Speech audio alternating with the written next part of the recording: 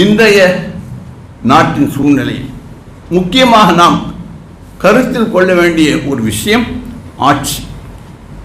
யார் கையில் ஆட்சி என்பது அசல் விஷயம். அல்லாஹ் கையில் தான் ஆட்சி. இரண்டு விஷயங்களை நாம் தெளிவாக விளங்கிக் கொள்ள வேண்டும். வாழ்க்கையின் உயர்வு தாழ்வு சுகதுக்கத்தை பற்றி ஒரு பாட்டு சொல்லப்பட்டு விட்டது. இப்பொழுது அடுத்த பக்கம், அடுத்த காகிதத்தை தாண்டி இரண்டாவது காகிதத்தை ஆரம்பிச்சிருக்கு. அது என்ன? நாம் ஆளப்படுவது, ஆளக்கூடியது, ஆளப்படுவது. இது யாரின் மூலமாக, எவ்வாறு நாம் படைக்கப்பட்டதும் வாழ்விக்கப்படுவதும் வாழ்வதும் அல்லாஹ்வுடைய கையில் இருக்கிறது என்பதை தெளிவுபடுத்தப்பட்ட பின்பு நம்முடைய வாழ்க்கை யாரை கொண்டு எதன் மூலமாக ஆளப்படுகிறது என்ற இந்த கேள்வியை பற்றி பதிலை இப்பொழுது உங்களுடைய மேலான சிந்தனைக்கு கொண்டு வரப்படுகிறது. இரண்டு விஷயங்கள். ஒன்று, இன்னமா அமாலுக்கும் உம்மாலுக்கும் போன ஜிக்ருமில் கூறப்பட்டது. உங்களுடைய செயல் எவ்வாறு இருக்குமோ அவ்வாறு தான் உங்களை ஆளக்கூடியவர்களும் அமைவார்கள். நீங்கள் யோக்கியனாக இருந்தால் உங்களை ஆளக்கூடியவர்கள் யோக்கியனாக அல்லாஹ்வினால் ஆக்கப்படுவார்கள். நான் இத்தனை அயோக்கியத்துக்கு ஏஜென்ஸாக இருப்பேன், என்ன ஆளக்கூடிய இவன் தான் வரணும்னு சொன்ன நீ கேட்காது. நீ ஒழுங்கான நான் அவனை ஆளக்கூடிய நல்லவனாக. நீ மோசமாக இருந்தால் உன்னை ஆளக்கூடியவர்களும் இன்னமா ஆமாலும் உங்களுடைய செயல் எவ்வாறு இருக்கும் அது கொண்டு தான் உங்களுடைய ஆட்சி செய்யக்கூடியவர்களும் இருப்பார்கள். நாதிர் ஷா என்று ஒரு முஸ்லிம் மன்னர் டெல்லியை ஆண்டு கொண்டிருந்த போது அவர் செய்த தவறுகள், நாட்டு மக்கள் அவர் பேச்சை கேட்டு செய்த தவறுகளின் காரணமாக, அல்லாஹ்வை மறந்து வாழ்ந்ததன் காரணமாக நாதிர் ஷா படையெடுத்து வந்து டெல்லியையே அலங்கோலப்படுத்தி விட்டார். பெரிய அழிவு, சொல்ல முடியாத துன்பம் மக்களுக்கு. அப்பொழுது இருந்து ஒரு கவிஞர் அதை பார்த்து கண்ணீர் விட்டு அழுவராக ஒரு கவியை புனைந்தார். ஷாமத்தே ஆமாலெம்மா, நம்முடைய தீய செயல்களின் காரணமாகத்தான் இவைகள்தான். ஷாமத்தே ஆமாலெம்மா சூரத்தே நாதிர் கிரிஃப்த், தீய நம்முடைய செயல்கள் தான் நாதிர் ஷா என்ற தோற்றத்தில் வந்து நம்மளை பிடிச்சிக்கிச்சு. நாம் நல்லதை செஞ்சிருந்தா இந்த மாதிரி நாதிர் ஷா நம்ம வந்து இந்த மாதிரி அலங்கோலப்படுத்தியிருக்க மாட்டார் என்று அந்த காலத்தில் நடந்த நிகழ்ச்சியை கவியாக புனைந்தார். அதுபோன்றே நாம் நம்மை ஆளக்கூடியவர்கள் நல்லவர்களாக இருந்தால் அதனுடைய அசர், அதனுடைய வெளிப்பாடு மக்களிலும் காணப்பட்டது. அதுக்கு பழமொழி ஞாபகம் வரல, அரபிய வார்த்தை ஒன்று. சரி, போட்டோம். அது என்ன? ஒரு உதாரணம். அப்துல் மலிக் பின் மர்வான், உமையாக்களுடைய ஆட்சியிலே அப்துல் மலிக் பின் மர்வான் என்ற ஒரு அரசர் ஓரளவு நியாயமான ஆட்சி செய்து கொண்டிருந்தவர். அவர் காலத்தில் கட்டப்பட்ட மஸ்ஜிதை சிரியாவை நான் பார்த்தோம், தொழுதிருக்கிறேன். பிரம்மாண்டமான மஸ்ஜித், அப்துல் மலிக் கட்டின மஸ்ஜித். அவர் காலத்தில் வாழ்ந்து கொண்டிருந்த மக்கள் எல்லாம் ஒருவர் மற்றவரை சந்தித்தால் நீ என்ன கட்டடம் கட்டியிருக்கேன்னு கேட்பாங்க. நீ என்ன, உனக்கு வருவாய், வியாபாரம் என்ன, மக்கள் பேசிக்கூடிய முறை. அன்னாசு அல்லாதீன் முழுக்கி, மக்கள் எல்லாம் அவர்களுடைய ஆட்சியாளருடைய அடிச்சுவட்டை பின்பற்றித்தான் இருப்பார்கள் என்று அந்த வாசகம் மறந்து போன ஞாபகப்படுத்து. அன்னாசு அல்லாதீன் முழுக்கியும் இப்படித்தான் பேசிக்கொள்வார்கள். என்ன வீடு கட்டின, என்ன விவசாயம் செஞ்ச, என்ன வியாபாரம், இதை பற்றி தான் மக்கள்கிட்ட அதிகமான பேச்சு இருக்கும். அவர் இறந்த பின்பு அவருடைய அந்த ஆட்சி பொறுப்பு உமர் இப்னு அப்துல் அசீஸ் என்ற மாபெரும் ஸ்ரீதேவி கையில் வந்தது. அவர்கள் பெரிய அல்லாஹுடைய தக்வாதாரியாக இருந்தார். அவர்கள் ஆட்சிக்கு வந்த பின்பு மக்கள் எல்லாம் என்ன பேசிக்கொள்வார்களாம்? இன்னைக்கு எத்தனை குரான் ஓதுனேன், ராத்திரி தஹஜ்ஜுத் எத்தனை ரக்காத் தொழுதேன், எத்தனை நோன்பு வச்சேன், இப்படி மக்கள் பேசிக்குவாங்க. இப்போ ரெண்டும் உங்களுக்கு முன்னால் சொல்லப்பட்டு போச்சு. நம்முடைய தீய செயல்களின் மூலமாக அநியாயக்கார அரசாங்கம் நம்மை சாட்டுப்படுவார்கள். நல்லவர்களாக இருந்தால் நல்லவர்களுடைய ஆட்சியில் ஆளப்படக்கூடிய மக்களும் நல்ல சிந்தனை உள்ளவர்களாக இப்படியும் ரெண்டுமே இருக்கு. ஆக இவைகளெல்லாம் அல்லாஹ் ஜல்ல ஷானுஹு தஆலாவுடைய பொறுப்பில் தான் ஏற்பாடு செய்யப்படுகின்றன என்ற இந்த விஷயத்தை சொல்வதற்குத்தான் இந்த மாறுபட்ட 2 நிகழ்ச்சிகளை உங்களுடைய சிந்தனைக்கு கொண்டு வரப்பட்டிருக்கிறது. ஆகவே அல்லாஹ் ஜல்ல ஷானுஹு தஆலா தன்னுடைய புறத்திலிருந்து என்னென்ன தஜல்லியாத்கள் வெளிப்பாடுகளை உலகத்தில் நிகழ்த்த வேண்டும் என்று நாடுகிறானோ அதற்கான காரண காரியங்களை அவனே யோடிக்கிறான், அதற்கான ஏற்பாடுகளை அவனே செய்கிறான். அந்த ஏற்பாடுகளின் வெளிப்பாடுகள் தான் இன்று பலஸ்தீனத்தில் மக்களுக்கு அவருடைய வாழ்க்கை சின்னாபின்னப்படுத்தப்பட்டு கொண்டிருப்பதும், இந்திய நாட்டின் இன்றைய நிலையில் அதிக பிள்ளையை பெற்றவர்கள், பெற்றுக்கொண்டிருக்கக்கூடியவர்கள், வெளிநாட்டிலிருந்து வந்தவர்கள் என்ற அடைமொழியை கொண்டெல்லாம் முஸ்லிம்கள் தூற்றப்படுகிறார்கள். இதெல்லாம் இவர்கள் சிந்தித்து பேசிய வாசகம் என்று அதற்கு ஒரு எல்லையில் வேண்டுமானால் விடை காண வாய்ப்பு இருக்கிறது. குர்ஆனில் இதை பற்றி அல்லாஹ் சொல்லும்பொழுது லத்துபுலவுன்ன, நிச்சயமா ல என்ற அரபி எழுத்து தக்கீத் உறுதிப்படுத்துவதற்காக சொல்லப்படக்கூடிய ஒரு எழுத்து.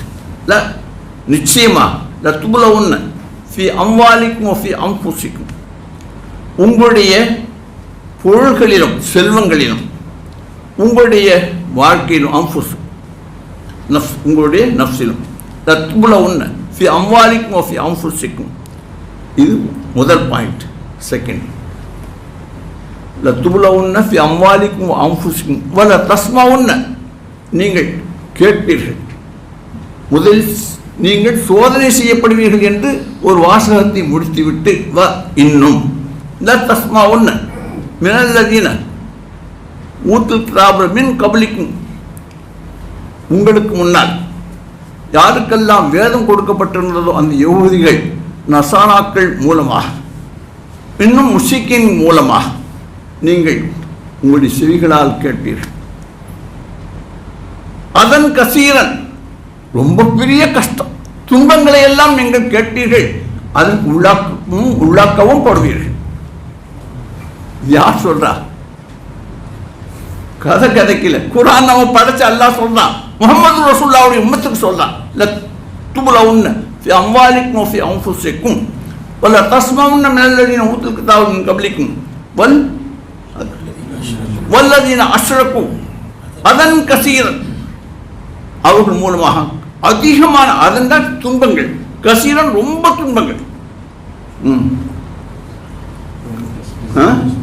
வைன் தஸ்பிரு, நீங்கள் பொறுமை மேற்கொண்டால், வைன் தஸ்பிரு ஒத்தத்தக்கு இன்ன தாலிக் மின் அஸ்மில் உமூர், நீங்கள் பொறுமையை மேற்கொண்டு அல்லாஹ்வுக்கு தக்வா செய்யக்கூடியவர்கள் நீங்கள் ஆகிவிட்டால், இது இன்ன தாலிக் மின் அஸ்மில் உமூர், உங்களுடைய வாழ்க்கையின் செயல்பாட்டில் மிக ஸ்திரமான ஒன்று என்று அல்லாஹ் கூறுகிறான். இந்த ஆயத்தின் மூலமாக திடீரென்று ஹமாஸ் தோன்றி திடீரென்று வெறும் பட்டியலாக பேச்சாக நாம் பேசிக்கொண்டு இருக்கிறோமே, இல்லை அதன் கசீரன் அதிகமான துன்பங்கள் என்று அல்லாஹ் குறிப்பிட்டது இருக்கிறதா இல்லையா? இதுதான் அது. அதுபோன்றே இந்திய நாட்டில் ஒரு காலம் இருந்தது. இந்த நாட்டை ஆண்ட மக்கள், மன்னர்கள் செய்த அநியாயங்கள், அட்டூழியங்களின் காரணமாக தவித்துக் கொண்டிருந்த இந்த மக்களுக்கு காய்ந்த பூமியில் மழை பெய்தால் எவ்வாறு மக்களால் போற்றப்படுவோம், அதுபோன்று இஸ்லாமியர்கள் வலிமார்கள் வந்தார்கள், சில மன்னர்களும் வந்தார்கள். அவருடைய ஆட்சியை பார்த்து, பரிமாற்றங்களை பார்த்து, நீத நியாயங்களை பார்த்து சாரை சாரையாக மக்கள் எல்லாம் இஸ்லாமை ஏற்றுக்கொண்டார்கள். வாளால் இஸ்லாம் பரத்தப்படவில்லை. 99 லட்சம் பிற மதத்தை சார்ந்தவர்கள், ஹாஜா கரீப் நவாஸ், மঈனுத்தீன் சிஷ்தி அஜ்மீரி ரஹ்மத்துல்லாஹி அவர்கள் அந்த வாழ்க்கை போதனைகள் இவைகள் மூலமாக தீனுல் இஸ்லாம், இதுதான் வாழ்க்கையை நேடி சரி என்று ஏற்றுக்கொண்டவர்கள் வாளால் அல்ல, வாயின் பேச்சு, வாழ்க்கையின் பரிமாற்றங்களால் கவரப்பட்டு இஸ்லாமில் சேர்ந்தார்கள். எத்தனை வலிமார்கள் இவ்வாறான போதை தமிழ்நாட்டிலே நாகூர் ஷெரீஃபில் அடங்கியிருக்கக்கூடிய பாதுஷா நாயகம் முதல் கொண்டு ஏர்வாடி ஷெரீஃபில் அடக்கம் பெற்றிருக்கக்கூடிய இப்ராஹிம் ஷஹீதுல்லா அவர்கள் மூலம் நத்தஹஷா வலியுல்லா திருச்சியில் அடங்கப்பட்டிருக்கு. இவர்களெல்லாம் இந்திய நாட்டிற்கு அல்லாஹ்வின் புறத்தால் நபி ஸல்லல்லாஹு அலைஹி வஸல்லம் மனாமில் தோன்றி அவர்களுடைய உத்தரவுக்கு இணங்க இந்த நாட்டுக்கு வந்து அல்லாஹ்வை அறிமுகம் செய்தார்கள். மக்கள் அதன் நியாயத்தையும் அதில் உண்டான உண்மையையும் விளங்கி கொண்டதால் காரணமாக தீனுல் இஸ்லாத்தில் நுழைந்தார்களே ஒழிய இந்திய நாட்டை பொறுத்து 99.99 வாழால் இஸ்லாம் பரவவே இல்லை. சென்ற மாற இஸ்லாஹ் இதழில் ஒரு தகவலை அல்லாஹ்வின் கிருபையால் பாவியான் என் மூலமாக அல்லாஹ் எழுத வைத்தான். அதில் வெறும் 200 ஆண்டுகள் ஆங்கிலேயர்கள் இந்தியாவை ஆண்டார்கள். இந்த 200 ஆண்டுகளில் 2 நோக்கம் அவர்களுக்கு இருந்தது. ஒன்று இந்த நாட்டின் செல்வங்களை கொள்ளையடிப்பது, மற்றொன்று கிறிஸ்துவ மதத்தை பரப்புவது. இந்த நோக்கத்திற்காக திட்டமிட்டு செயல்பட்டார்கள். மருத்துவ சாலைகளை திறந்தார்கள், கல்வி சாலைகளை திறந்தார்கள், பொருளாதார உதவிகளை செய்தார்கள். இதன் காரணமாக 200 ஆண்டு ஆண்ட அவர்கள் நகரங்களில் மட்டுமல்ல, முக்கியமான நகரங்களில் முக்கியமான அந்த பார்ட் அங்கே ஒரு சர்ச் இருக்கும். வீதிகளுக்கு அவர்கள் மதத்தை சார்ந்த கிறிஸ்துவ மதத்தை சார்ந்த பெயர்கள் இடப்பட்டிருக்கும். குக்கிராமங்களில் எல்லாம் சர்ச்சைகள் உண்டாக்குனது. வெறும் 200 ஆண்டுகள் திட்டமிட்டு செயல்பட்டதன் காரணமாக வெறும் 200 ஆண்டுகளில் இவ்வளவு தங்களுடைய மார்க்கத்தை பரப்புவதற்கு அவர்களால் முடிந்திருந்த போது 800 ஆண்டு காலம் ஆட்சி செய்த இந்த இஸ்லாமிய மன்னர்கள் அவர்களைப் போன்ற ஒரு முயற்சியை இருந்திருப்பார்களேயானால் என்று இந்திய நாடு சிறுபான்மை என்ற பேற்றை முஸ்லீம் தலையில் இருக்காது. பெரும்பான்மையாக அவர்கள் தான் இருப்பார். உங்களுடைய சிந்தனையை இந்த கண்ணோட்டத்துடன் யோசித்து பாருங்கள். வாழ்ந்தார்கள், சுகபோகமாக வாழ்ந்தார்கள். ஆட்சி செய்வதற்கு என்ன தேவை அதை மட்டும்தான் செய்தார்களுடைய தீனுக்காக செய்யவில்லை. முகமது கஜனி அவர் 17 முறை படையெடுத்தார். சோமநாதபுர ஆலயத்தில் அதிகமான பொற்குவியல்கள் இருந்தது என்ற தகவல் கிடைத்து அவைகளையெல்லாம் எடுத்து இங்குள்ள மக்களுக்கே அதை விநியோகம் செய்ய வேண்டும் என்ற நோக்கத்தில் அவர் படையெடுத்தார். இதுதான் உண்மையான நிகழ்ச்சி. அதற்கு கோயிலை இடிக்க வந்தார் என்று கட்டி வச்சிருக்கேன். அது வேறு விட்டுருங்க. 17 முறை படையெடுத்தும் வெற்றி பெற முடியாத நிலையில் மனம் சோர்ந்து போய் ஒரு நாள் அவர் இரவில் படுத்திருந்த போது மனாமிலே அவருக்கு ஒரு உதிப்பு ஏற்பட்டுச்சு. எந்திரிச்சு தொழுதட்டு அவர் தன்னுடைய ஷேக் அபுல் ஹசன் ஹர்கானி ரஹ்மத்துல்லாஹி அலைஹி அவர்களுடைய தொடர்பை பெற்றிருந்தார். அவர்களிடம் கேட்டு, செய்தி உங்களுடைய நினைவு சின்னமாக தாங்கள் அணிந்திருக்கக்கூடிய ஜுப்பாவை ஆடையை எனக்கு தாருங்கள் என்று கேட்டுக்கொண்டார். அவர்களும் அந்த மன்னருக்கு தான் அணிந்திருந்த மேல் ஆடையை அவருக்கு கொடுத்திருந்தார். அவர் அந்த ஆடையை தஹஜ்ஜுத் தொழுதுட்டு முன்னால் வச்சு அல்லாஹ்ட்ட துஆ கேட்கிறார். ரப்பே, இந்த ஆடைக்கு சொந்தக்காரனுடைய பொருட்டால் வசீலாவால் நான் நல்ல நோக்கத்திற்காகத்தான் படையெடுக்கிறேன். எனக்கு நாடோ செல்லுமோ என் சொந்த தேவைக்காக அல்ல. ஆகவே எனக்கு இந்த படையெடுப்புக்கு நேரத்தையும் அதற்கான முறையையும் எனக்கு இந்த ஜுப்பாவுக்கு சொந்தக்காரன் பொருட்டால் எனக்கு நீ அருள் புரிவாயாக என்று துஆ செய்கிறார். துஆ செஞ்சுட்டு திரும்ப தூங்குகிறார். துஆ செய்து தூங்கும்போது மனாமில் உடனே அவருக்கு உதிப்பு வரும். எந்திரிச்சு இரவோடு இரவாக படையை நடத்தி அந்த ஆலயத்தை வெற்றி கொள்கிறார். அவர் முயற்சி செய்த பிரகாரம் அந்த செல்வங்களை தங்களுடைய நாட்டுக்கு கஜனவிக்கு எடுத்து செல்லவில்லை. இந்த நாட்டில் உண்டான ஏழை எளிய மக்களுக்கு அவைகளை பங்கீடு செய்கிறார். அது வேலை முடிஞ்சு மறுநாள் மனாம் தூங்குறாங்க. கஜனி முகமது மனாமில் அபுல் ஹசன் ஹர்கான் ரஹ்மத்துல்லாஹி மனாமில் வர்றான். முகத்தை பார்த்தா கடுகடுப்பார், கோபப்பார்வையோடு வர்றான். பயந்து போய் செய்தி நான் என்ன தவறு செஞ்சேன்?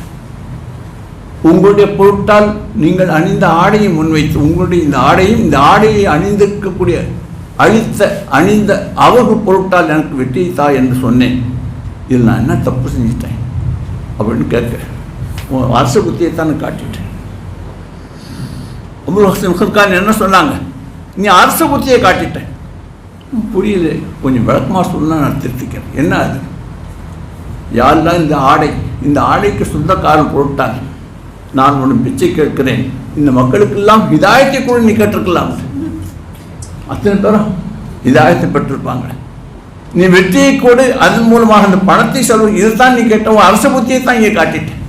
தீன்னு உனக்கு முக்கியத்துவம். இப்படித்தான் வாழ்ந்தார்கள். செல்வம், ஆட்சி, நாடு, இதை தவிர இந்திய நாட்டை ஆண்டு 800 ஆண்டு காண்ட ஆட்சியை தன் கைவசம் வைத்திருந்த முஸ்லிம் மன்னன் தீனை பரப்புவதற்காக வேண்டி எந்த முயற்சியும் மேற்கொள்ளவில்லை. இன்று தப்பான முறையில் மக்களுக்கு கொஞ்சம் பிரச்சாரம் செய்யப்பட்டு வாழால் பரத்தப்பட்டது இல்லவே. அப்படி செய்திருந்தால் பெரும்பான்மையாக முஸ்லீம்கள் தான் நின்று இந்த நாட்டில் இருப்பார்கள்.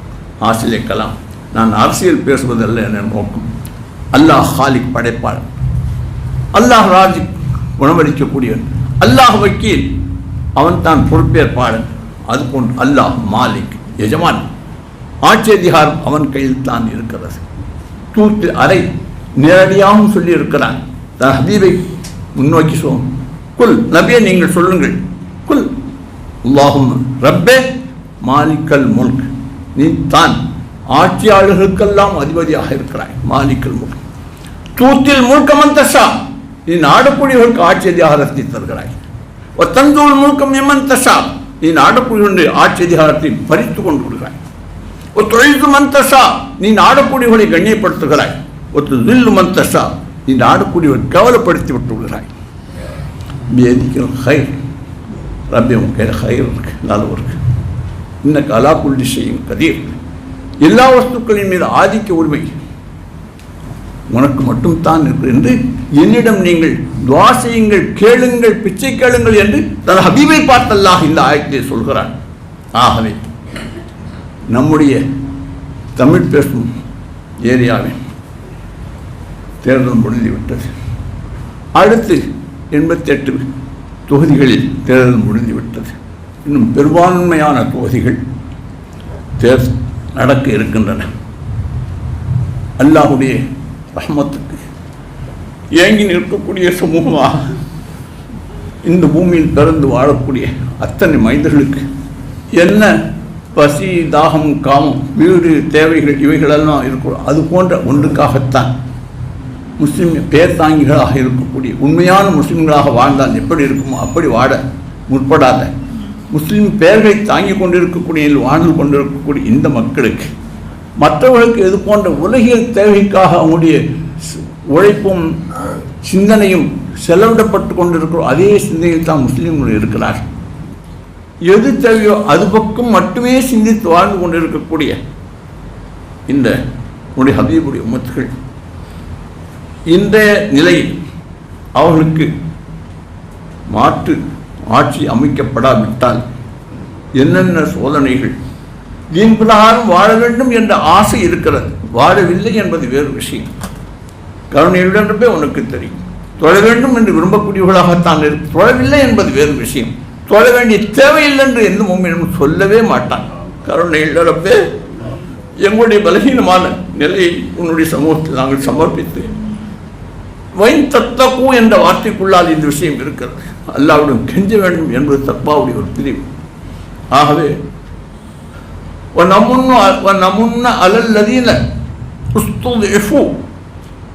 எவர்கள் பலகீனமானவர்களாக ஆக்கப்பட்டு இருக்கின்றார்களோ அவர்களுக்கு உதவி செய்ய நாம் நாடுவிட்டோம். அதன் காரணமாக ஃபிரௌனையும் அவனை சார்ந்தவர்களையும் கடலில் நாம் அழித்தோம்.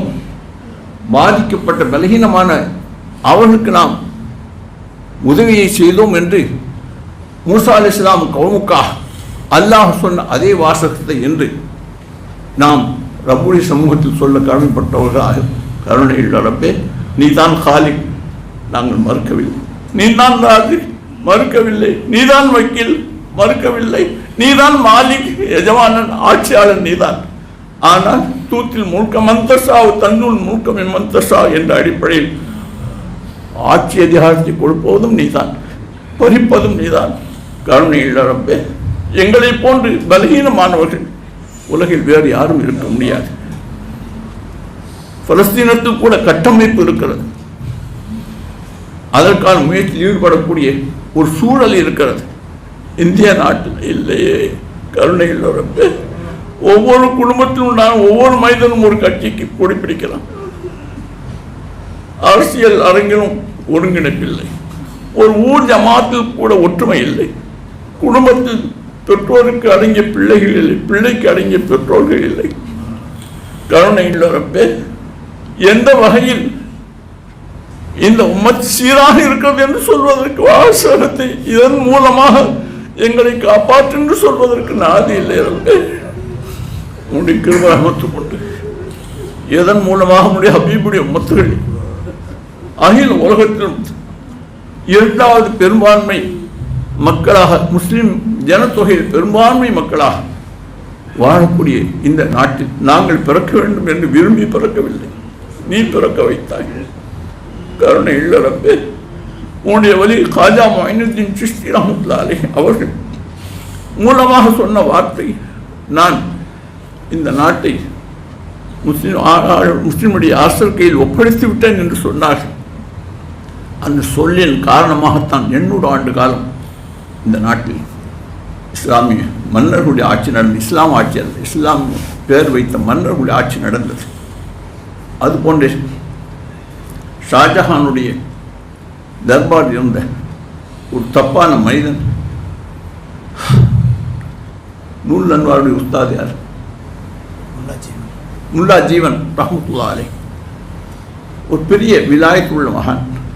அவர்களை பற்றி தப்பான ஒரு கருத்தை சொல்லி அவர்களை கொலை செய்வதற்கான தீர்ப்பை ஷாஜஹானுடைய வாயிலிருந்து வெளிப்படுத்தி போய் ஆளை கூட்டுவான்னு சொல்லி இராணுவ வீரர்கள் வருகிறார். முல்லா ஜீவன் ரஹ்மத்துல்லாஹி அலைஹி அவர்களுடைய இருப்பிடத்திற்கு இராணுவ வீரர்களாக அழைச்சிட்டு போட்டு இழுத்துட்டு போட்டிருக்காங்க. இந்த தகவல் ஷாஜஹானுடைய பல மகன்களிலே கடைசி மகனான அவுரங்கசீப் பாஷா அவர்களுக்கு தெரிகிறது. இப்படி அரசர் கோபத்தில் இருக்கிறார். முல்லாஜீவன் வந்தோடனே தலையை வெட்ட போகிறார். முல்லாஜீவன்ட்ட அவுரங்கசீப் பாஷா ஓதுனவங்க தன்னுடைய உஸ்தாதுக்கு இந்த நிலை வந்தோடனே பதறி போயிட்டாங்க. இராணுவ வீரர்கள் வருவதற்கு எந்த வழியாக வருவார்களோ குறுக்கு வழியில் இவங்க உள்ளால் வந்து முல்லாஜீவன் ரஹ்மத்துல்லாஹிட்ட இப்படி ஒரு நிகழ்ச்சி நடக்க இருக்கிறது என்று முன்கூட்டிய தகவல் சொல்லி அவர்களை காப்பாற்றுவதற்கு என்ன செய்யலாம் என்பதற்காக ஓடோடி வருகிறார்கள். இவங்க செய்தாவில் முல்லா ஜீவன் ரஹ்மத்துல்லாஹி முதல்ல கல்புல எல்லாம் எண்ணம் போட்டால் இப்படி ஒரு நிகழ்ச்சி நடந்துக்கிட்டு செய்தாவில் விழுந்துட்டாங்க. எந்திரிச்சு துவா கேட்டுட்ருக்காங்க. எப்போ துவா முடியும் அதுக்குள்ள இராணுவ வந்தாலும் முன்னால் வந்தோடனே பார்க்குறாங்க, அவுரங்கசீப் நிற்கிறாங்க. என்ன செய்யதி தாப்பனாருக்கு தப்பான தகவல் சொல்லி இந்த மாதிரி பாதகமான தீர்ப்புக்கு ஏற்பாடு செஞ்சுட்டாங்க, மன்னிச்சிடுங்கன்னு எனக்கு கெஞ்சினாங்க. ஒன்று சொன்னாங்க, போ உன்னோட முடிஞ்சுன்னு, போ உன்னோட முடிஞ்சு, தூசே खत्म हो जाता है, உன்னுடன் இந்த ஆட்சி நிறைவு பெற இருக்கிறது. அது போன்று தான் அவுரங்கசீப் பாஷாவோடு முடிச்சு இஸ்லாமிய ஆட்சி. அதுக்கு மட்டும் சிதறி போச்சு. யார் மூலமாக இஸ்லாம் இங்கு வந்தது? ஹாஜா நாயகம். யார் மூலமாக பறிக்கப்பட்டது? அதுவும் முல்லாஜீவன் அவர்களுடைய அந்த பத்வா அவுரங்கசீப் பாஷாவோடு முடிஞ்சு. ஆக வலிமார்களை கொண்டுதான் இஸ்லாம் இந்தியாவில் பரவியது. இஸ்லாமிய பேர் தாங்கி முஸ்லிம்களுடைய கையில் ஆட்சி இருந்தது. அதே ஆட்சி முஸ்லிமுடைய கையிலிருந்து பறிக்கப்பட்டதும் ஒரு வலியுடைய பத்வாவின் காரணமாகத்தான் என்பது சரித்திர குறிப்பு. ஆக ஹாசிலே கலாம் பேச்சை நான் முடிவுக்கு கொண்டு வருகிறேன். ஹாலிக் அல்லாஹ் மறுக்க முடியுமா? முடியாது. ராஜிக் அல்லாஹ் மறுக்க முடியாது. ஆதாரத்தில் சொல்லியாச்சு. நாம் பிறக்கிறதற்கு நாமே பொறுப்பில்லை, பெற்றோர்கள் பொறுப்பில்லை. நம்முடைய வளர்ச்சிக்கு அதுக்கு பூரா அல்லாஹ் பூரா அக்குவேல ஆணி பிரித்து போட்டாச்சு. இதை மறுப்பதற்கு வாய்ப்பில்லாத குர்ஆனுடைய ஆதாரம் அறிவு புத்தியான விஷயங்கள்லாம் சொல்லியாச்சு. 2. 3வது, நம்முடைய வாழ்க்கையின் பொறுப்பேற்பாளான வக்கீல் என்ற நிலையில் அல்லாஹ்தான் இருக்கிறான். நம்மை ஓட வைப்பதும் பிடித்து இழுப்பதும் அல்லாஹ்வுடைய கீழ். மாமின் தாபத்தின் இல்லா ஆகும் பினாசியத்தியா, முன்னத்திரோம் அல்லாஹ் கையில் இருக்கு. ஓடிக்கிட்டே இருக்கும் நம்ம நினைக்கிறோம், திருப்பும் போது குதிரைக்கு தெரியாது, அப்போ ஓட தான் போகுது. அப்படித்தான் அப்போ நார்மல் நினச்சிக்கிட்டே இருக்கான். அல்லாஹ், இப்படித்தான் நம்முடைய வாழ்க்கையின் அடிப்படை உண்மைகளை மறந்து வாழ்ந்து கொண்டிருக்கிறோம். அதற்கடுத்து மாலிக்கு குல் அல்லாஹ், ஆட்சியால் அல்லாஹ், தூத்தில் மூர்க்கமல் தஷா, நாடக்கூடியவர்களுக்கு கொடுப்பான், நாடக்கூடியவர்களுக்கு தடுப்பான், நாடக்கூடியவர்களுக்கு இசத்தை கொடுப்பான், நாடக்கூடியவர்களுக்கு கவலைப்படுத்துவான். இது ஆட்சியாளர்களுக்கு மட்டுமல்ல, ஆட்சிக்கு உட்பட்ட மக்களுக்கும் இதே நிலைத்தான். நாகூக்கான அபாயமான ஒரு நிலையில் இந்திய நாட்டிலே வாழ்ந்து கொண்டிருக்கக்கூடிய அல்லாஹுடைய ஹபீபாவான முஹம்மது ரசூலுல்லாஹி ஸல்லல்லாஹு அலைஹி வஸல்லம் அவருடைய உம்மத்தான நாம் நம்முடைய வாழ்க்கையை பற்றியோ அடுத்து என்ன நிகழ இருக்கிறது என்பதை பற்றியோ சிறிது கூட அக்கறை இல்லாமல், கவலை இல்லாமல், அவரவர்கள் அவருடைய வட்டத்துக்குள்ளா எனக்கு என்ன மோசம் வரப்போகுது இப்படி தான் நினைக்கிறார்கள் ஒழிய அடுத்த வினாடி என்ன ஆகும், பொது சட்டங்கள் என்று வந்து விட்டார். இஸ்லாம் என்ற அந்த ஒரு பேருக்காகவே வேறு எதுவுமே நம்மகிட்ட இல்லை. கும்பம் முளைச்சிருக்கு, எதுவுமே இல்லை. இந்த மற்றவர்கள் எப்படி வாழ உலகத்தில் விரும்புகிறார்களோ உண்மையை பற்றி இதுதான் முஸ்லீம்கள் இருக்கிறார்கள். இதுக்கு மாற்றமாக அவர் எதையும் செய்யவில்லை. அப்படி இருக்க கங்கணம் கட்டி அழிப்பதற்கான திட்டங்கள் தீட்டி காய் நகர்த்தப்பட்டு கொண்டே இருக்கிறது. இதையெல்லாம் அல்லாஹ் கையில் இருக்கிறது என்பதை மறந்துவிட வேண்டாம். சாட்சி காலில் விடுவாங்க, சண்டைக்காரங்காலிலும் ஒன்று பழமொழி தமிழில் உண்டு. சாட்சி சொல்லி நம்மளை ஒரு நிகழ்ச்சியில் சாட்சி சொல்லி நம்மளுக்கு தூக்கு தண்டனை வாங்கி கொடுத்தோன்னா அவங்க காலில் ஒன்று சாட்சி சொல்லாதவான்னு சொல்கிறதுக்கு பதிலாக யார் மெயின் பார்ட்டி அவன்கிட்டே சொல்லி அப்பா என்னை மன்னிச்சிருப்பா அப்படின்னு அசல் பார்ட்டிகிட்ட காலில், அது அசல் பார்ட்டி அல்லா தான். நாம் முன்னோக்க வேண்டிய ஒரே வாசல் அல்லாவுடைய வாசல். புது ரப்பக்கும் உங்களுடைய ரப்பை அழையுங்கள், தளர்வும் வகைஃபா கிடுகிடுத்தவர்களா பயந்தவர்களாக அழையுங்கள் என்று சொன்னதோடு மட்டுமல்லாம் அம்மை யுஜீபுல் முஸ்தவரா இதா தாஹு எக்ஸிபு சூ, நிர்கதியான நிலையில் அழைக்கக்கூடிய அழைப்பை பதில் தரக்கூடியவனும் எக்ஸிபு சூ, தீங்களே போய் எல்லாமே அல்லாஹ் பொறுத்து நடப்பது போன்று ஆளுவது என்பதும் அல்லாஹ் கையில் இருக்கு. அவன் காலிலே விடுங்க ரப்பே, காப்பாற்றுறப்பே. இந்த நிலை அறியாத சில வாலிபர்கள் உணர்ச்சி வசப்பட்டு ஆங்காங்கே சிறிய சிறிய தவறுகளில் ஈடுபட்டு விடுகிறார்கள். அந்த ஒரே மிக மிக அதற்கு ஆக கடைசி என்று ஒரு நம்பரை கொடுத்தால் அந்த அளவுக்குள்ள சிலர் தவறுகளில் ஈடுபட்டு விடுவதன் காரணமாக உபரியான பட்டமாக தீவிரவாதிகள் என்ற பட்டத்தையும் சுமத்தி தீவிரவாதத்தை ஒழிப்போம் என்று சொன்னால் அந்த வார்த்தை முழுமையாக அதற்கு ஏஜென்சி முஸ்லீம்கள் தான் என்று சொல்லக்கூடிய அளவுக்கு பிரபலப்படுத்தப்பட்டு யகூதிகளுடைய ஊடகங்களின் மூலமாக முகப்பு துவேஷிகளுடைய விளம்பரங்களின் மூலமாகவும் தீவிரவாதம் என்ற ஒன்று பேசப்பட்டால் உடனே இங்கே போய் டச் ஆகும் முஸ்லீம்கள். அந்த அளவுக்கு பிரபலப்படுத்தப்பட்டவர்.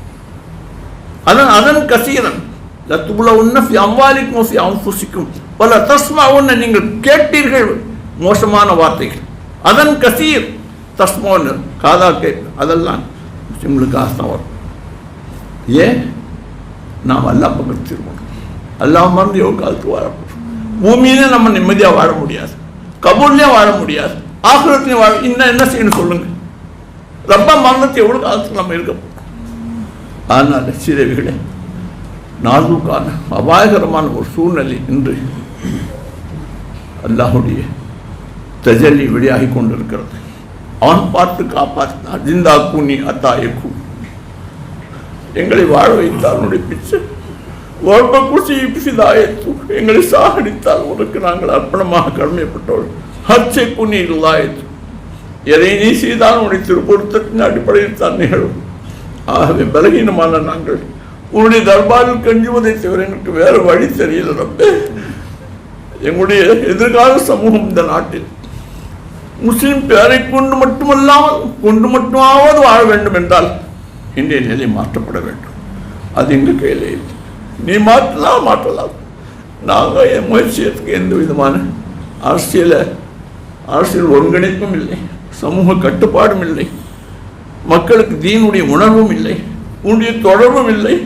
என்றாலும் அத்தனை தவறுகள் இருந்தாலும் கூட எங்களை மன்னிப்பதற்கு உன்னுடைய தர்பார் காத்திருக்கிறது என்று உன்னுடைய ஹபீப் சொன்னார்கள். அதை வைத்து கெஞ்சுகிறோம் ரப்பே, எங்களை காப்பாற்றி அருள் புரிவாயாக.